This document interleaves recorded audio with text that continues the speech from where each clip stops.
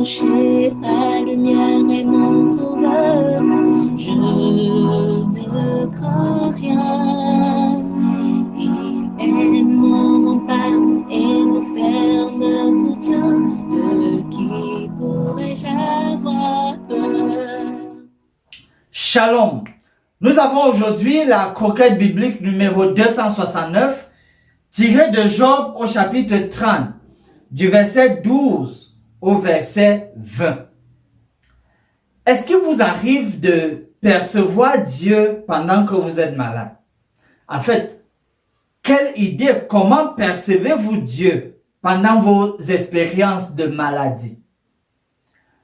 Le passage d'aujourd'hui n'est pas la première fois, ce ne sera pas la première fois que Job perçoive Dieu au plus profond de sa douleur. En fait, le passage est tellement poignant qu'en réalité, chaque phrase que Job prononce ici dépeint une réalité qui est beaucoup plus grande. Le passage donne juste un petit aperçu. Et personnellement, j'ai même eu de la difficulté à découper, savoir où m'arrêter pour notre méditation. Voici ce que dit Job à partir du verset 12. Ces misérables s'élèvent à ma droite et me poussent les pieds. Ils se fraient contre moi des sentiers pour ma ruine. Ils détruisent mon propre sentier et travaillent à ma perte. Eux, à qui personne ne viendrait en aide, ils arrivent comme par une large brèche. Ils se précipitent sous les craquements. Les terreurs m'assiègent. Ma gloire est emportée comme par le vent. Mon bonheur a passé comme un nuage. Et maintenant, mon âme s'épanche à mon sein. Les jours de la souffrance m'ont saisi. La nuit me perce et m'arrache les os. La douleur qui me ronge ne se donne aucun repos. Par la violence du mal, mon vêtement perd sa forme. Il se colle à mon corps comme ma tunique. Dieu m'a jeté dans la boue. Et je ressemble à la poussière et à la cendre.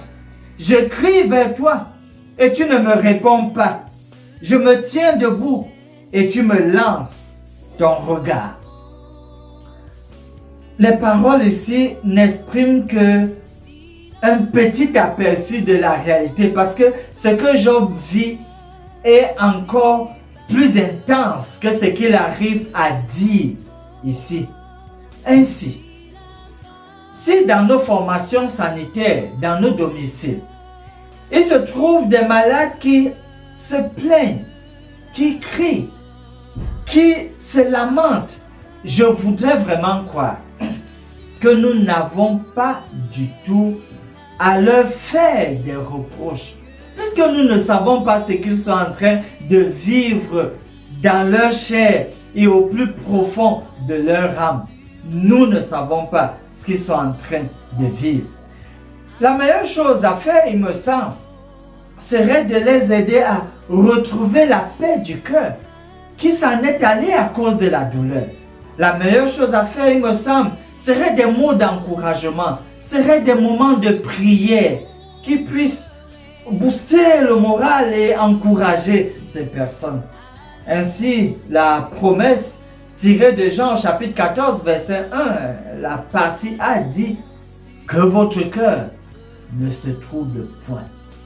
Ainsi, chers amis, au milieu des moments tumultueux, au moment de la tourmente et de toute cette douleur que vous pouvez ressentir, si c'est juste possible par la grâce du Seigneur, d'accepter avec foi l'injonction du Seigneur que votre cœur ne se trouble point, parce que lui, il viendra à votre secours. Finissons par ce mot de prière.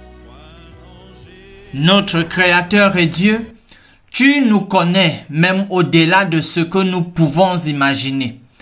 Tu sais comment l'angoisse et l'amertume peuvent dévaster n'importe qui d'entre nous.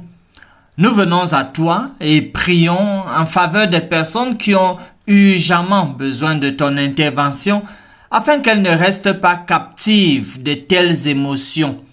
S'il te plaît, ramène-leur la paix du cœur. Nous te faisons confiance et t'adressons cette prière au nom de Jésus. Amen.